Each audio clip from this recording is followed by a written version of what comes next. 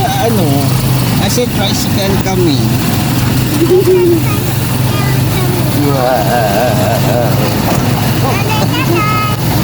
Oh, where's Bunso? Kuya Yusuf. We're going to drop Kuya Yusuf on his school po. Ito. Ano kasi?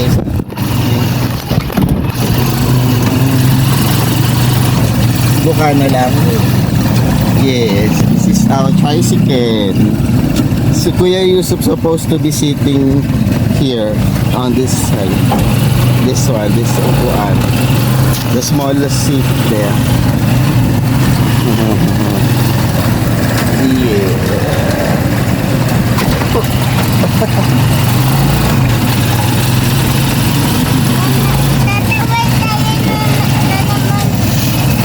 No, nandito tayo sa bahay namin dati. Ito dati, laging baha to, Habibti. Yan tiga mo ang taas, may humps doon. Kasi laging baha to eh. Hindi natutuyo yung tubig dito. Yun yung bahay namin dati sa corner. Ano yan eh. Garahe yan. Tapos ayun. Cute no? Dito kami dati. Matagal kami tumira dito. Yan. Ay, ang cute. Dito kami naglalaro ng mga bata. Kami dyan. Tapos pag naglilinis ako ng asa, diyan ko tinatapon yung poops nila. Dito tumira din kami. Yan. Dito kami mas matagal, 50. Mas matagal kami dito. Tapos lumipat kami dito nung dumating si Tita Nida. Ayan, yung si Renz. Ang cute mga kababata namin dito. Kasi noon lupa pa yan. Lupa pa yan. Dito si si Ate Vilma. Ay, ang cute. Dito tumira din kami dito sa may looban. Ayan, may apartment din dito.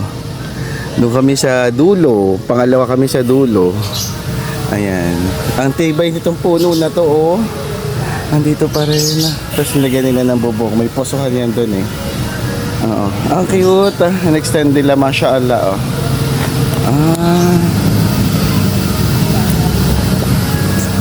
Ayun, ang cute niya. Tapos dito may apartment din dito. May apartment din dito. Yan sa looban. Ayan.